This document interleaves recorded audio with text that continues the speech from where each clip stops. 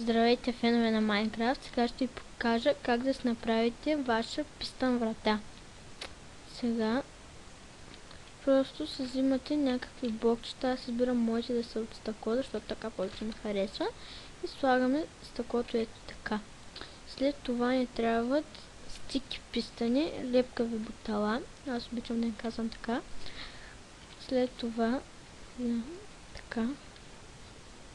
Нареждаме ги по този начин. След това ни трябва някакво друго блокче, като това. Слагаме го така. След това върху него слагаме червен камък. И ето така се прави. След това копаем една дупка.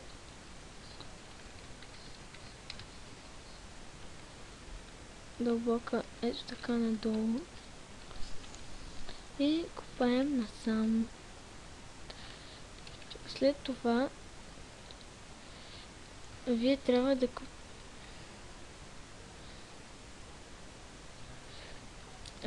да копаете до тук. Когато стигнете, правите чупите просто това и там слагате една чернокаменна факла. Ето така.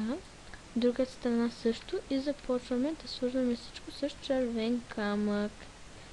О! Тук се получи нещо. От пясък е това.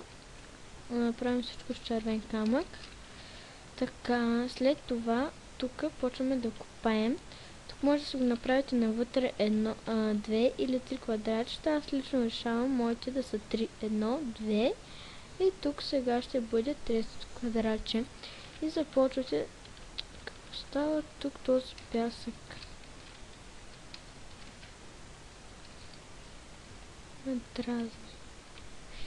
Започвате да свързвате всичко с редстоун, червен камък. И накрая покриваме всичко. Ето така.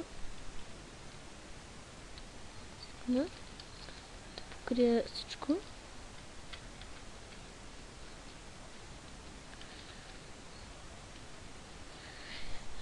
Ето го. Така, тук ще ни трябва и сигнална плоча, която се слага ето по този начин и когато дойдете тук, вашата врата се отваря. Когато се махнете, тя се затваря. Също от тази страна се слагате такива плочки и когато дойдете, вратата ви се отваря. Ето. Но защо се отваря само от тази страна? Извинявайте, просто не съм направил това достатъчно дълго. Да, точно за това. Това трябва да стига ето до тук. Много съжалявам за тази моя грешка. Искам да ви се извиня. И ето сега съм сигурен, че ще проработи. Просто не съм го направил както трябва. Ето и сега като дойдете и се отваря тук.